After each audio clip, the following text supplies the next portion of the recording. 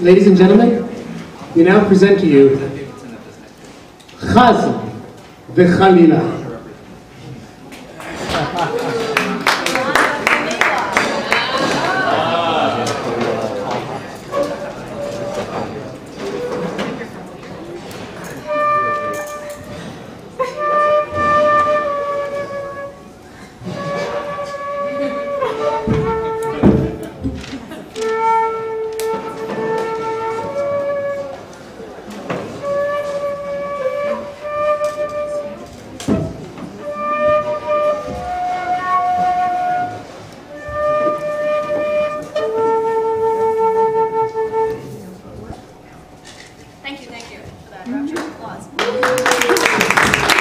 Ladies and gentlemen, we now present a new liturgy course at JTS.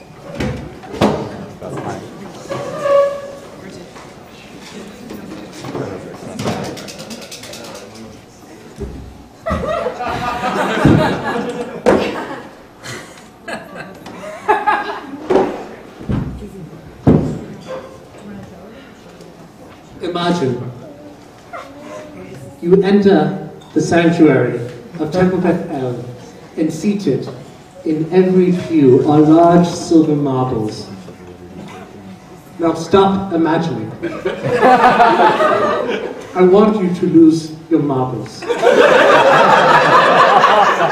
marbles in your mind. I want to welcome you to this new course, Engaging Our Feet in Qeba. So often the Jewish people speak of engaging our hearts in kavanah and intention, but few people speak of engaging our feet in Qeba, a fixed liturgy. Imagine, if you will, an entirely packed room of Jews, complete with devotion, passionate hearts, but not a word of prayer. Could they have truly prayed? What would you do? Actually, for me But in personally, the interest of time, let me clarify feel the need to Let me clarify something. Hard. The title of this course is Engaging Our Feet in Qeba. Many people speak of praying with their hearts, yet Abraham Joshua Heschel spoke passionately of his ability to pray with his feet. We have all tried to follow in his footsteps, but I have not located a single mouth on any of my feet. I have spent days searching. And according to a recent study, I am not alone in this. Science stands in the face of faith. What could Heschel have possibly meant when he said he was praying with his feet? I thought that when Heschel said that he was praying with his feet. In the interest of time, let me propose another scenario that proves, this scenario will utterly prove to you how essential this course is to your rabbinic training. You are the rabbi of Congregation Beth Armstrong, the first and only conservative synagogue on the moon. Gravity is unlike anything you have ever felt before. And as you bow down to perform the great Aleinu, you recall your minhag from earth. Typically, there would be two middle-aged men who would assist you as you would arise from the floor. But from your studies, you have ascertained that the halachic literature does not dictate this. It could even be two elderly ladies. And as you bend your back forward to initiate the great prostration, an unusually young child approaches you and asks you to lead the congregation in the Kiddush de Rabbanan. What do you do?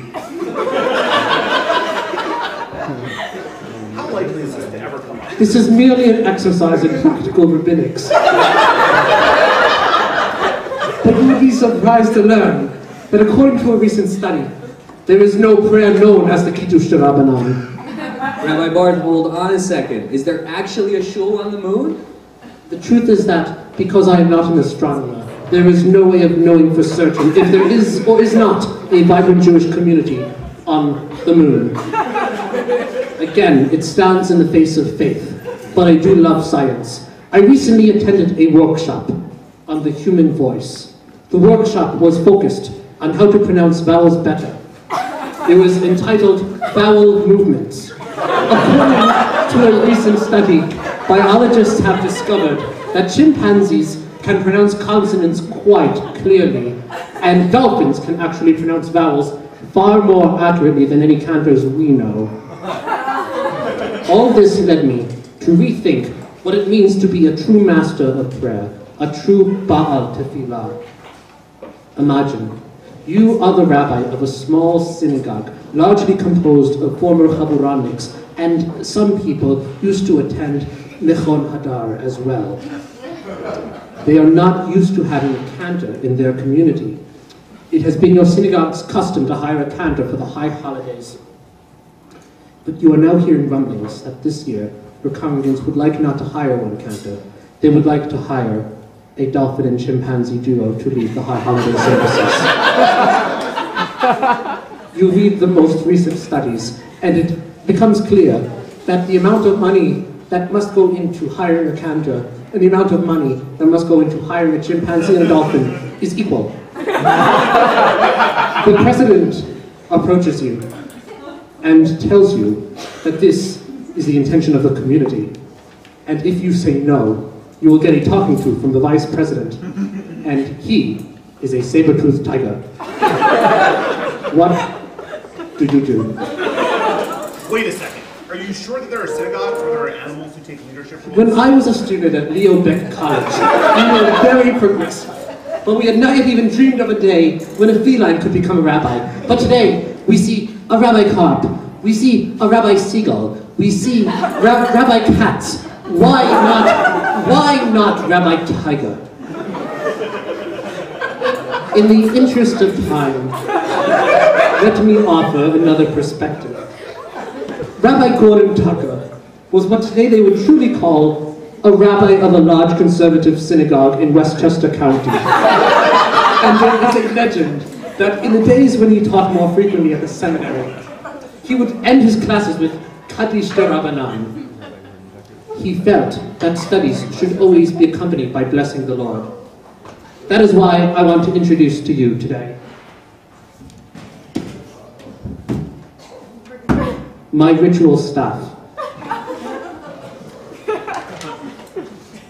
Many synagogues claim to have a ritual staff composed of clergy, but I actually purchased this authentic ritual staff on Craigslist. I recently attended a workshop on how to purchase ritual staffs on Craigslist, and you can see the result before your very eyes. It serves many purposes. You can point at a bar or bat mitzvah child. You can use it to grab books from the high shelf. But most importantly, you can use it to bestow blessings upon other people. As I point at you, I invite you to open your mouth and to declare whether you are mevarech or mevorach. Mevorech. Mevorach. Bestowing blessings is as simple as that. I would like to illustrate this point with a case study. The time is 10:52 a.m. on a Saturday morning. You have been leading services for 1 hour and 22 minutes. Until 28 minutes ago, you were the only human soul in the sanctuary. At 10:24, an elderly fellow had stumbled his way into the third row. As you now call him to the Torah for the fourth aliyah, the man informs you that whatever just happened to your son in the parking lot, he is now mevorach and it is irreversible. As you slowly grapple with this news, the man unleashes from his pocket a small brown hedgehog, wearing tefillin on Shabbos. But you know, you cannot remove. You cannot remove the phylacteries on the seventh day because you will prickle your fingers, and that is absolutely forbidden. You contemplate the complexities before you as the man announces quite loudly from the bima that the hedgehog would like a misha berach to celebrate this fortuitous occasion. but you cannot locate your ritual staff.